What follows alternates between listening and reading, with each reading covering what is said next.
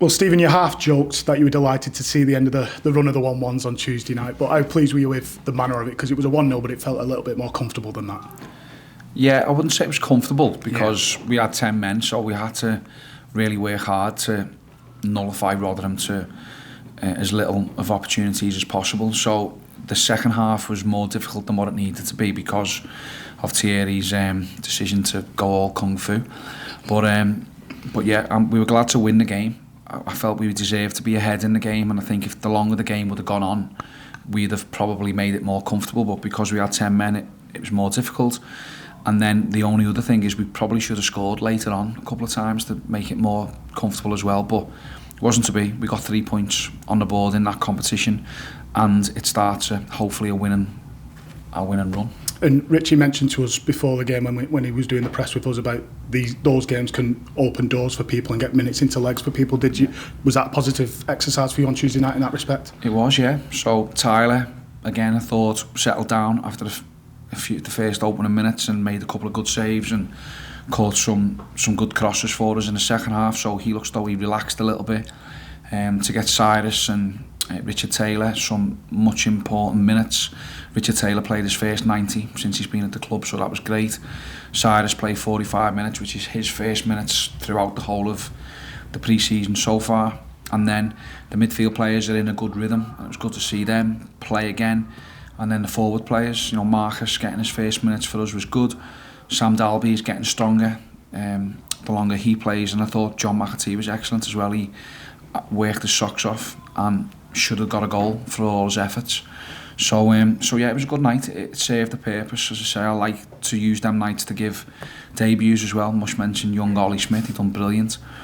And yeah, we got out of it what we needed to in the end. And you mentioned Cyrus and Marcus, obviously they came into the door on Monday. Was that good that you had a game that to get them into your system in the way you want them to play in your team as well?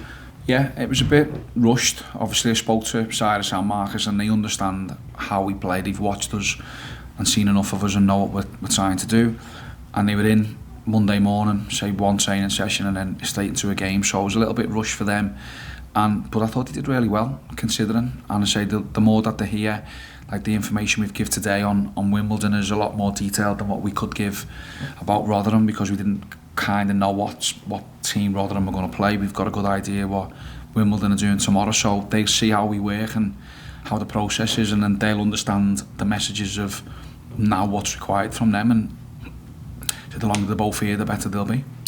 How beneficial is it now that the window's closed and as a coaching staff you've got your squad locked in till January, you can start to work on the grass, because the opening month of the season it's still a little bit of the unknowns, and obviously with the turnover we've had as well, is that going to be beneficial for you now? Yeah, I'm glad it's short, yeah, because it takes away a lot of the noise, both in and out.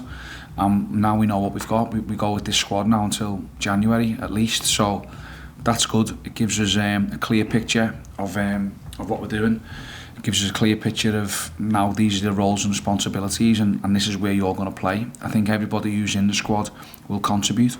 So yeah, I'm pleased. I'm looking forward to the next few months, and we need to just start making sure that we get points on the board.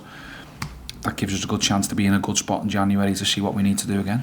And this game tomorrow comes at the start of a regular schedule, and not really many midweek games. Is that going to be beneficial as well, because you've been very much Saturday, Tuesday, Saturday, Wednesday since the season started? Yeah, it has been a tough start. I say the Wednesday games in particular make it more difficult, but having a couple of clear weeks now before we go into Saturday fixtures will be good. I think that gives everybody a chance to stay fresh.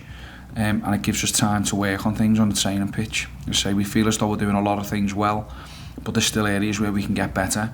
And then the more detail that you can go into on the grass, because you've got more time, because you haven't got that midweek game, then the more beneficial that's going to be for the individuals and the team.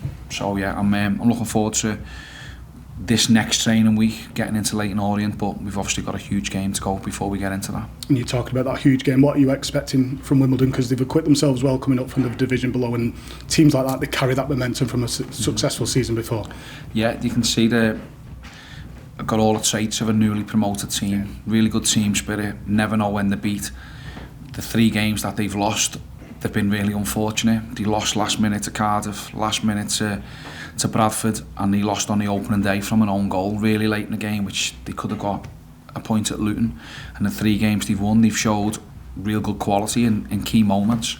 They're a good team that play good football at times, can mix the game up, and they're a huge threat on counter-attack and transition, so we need to be fully aware of what their strengths are. We know it's a tough game, but we also feel as though we can hurt them if we get our game plan right and we get into the dangerous areas like we have been doing. We just need to be a bit more clinical in them moments. And Richie said about trusting the process to the players and getting that message across, and with that win under your belt on Tuesday, I'm guessing that's the same message going into the weekend. Same message all the time. Like we try and stay consistent as consistent as possible on the coaching side. Like we're never too high if we win a game, and we're never too low when we get beat or we drop points. And I think that's important, that the players can then stay calm.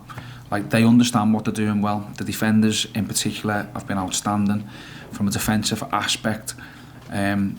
We haven't given anything up from on our goal really, and that's down to the whole team effort of valuing the importance of defending. Then we were showing them the stats and the data and the dangerous areas and dangerous attacks and what our XG looks like compared to what it actually is, and we're saying, look, that's all that's required now is a bit of composure in these key areas, and if we get that right, then we'll be a good team.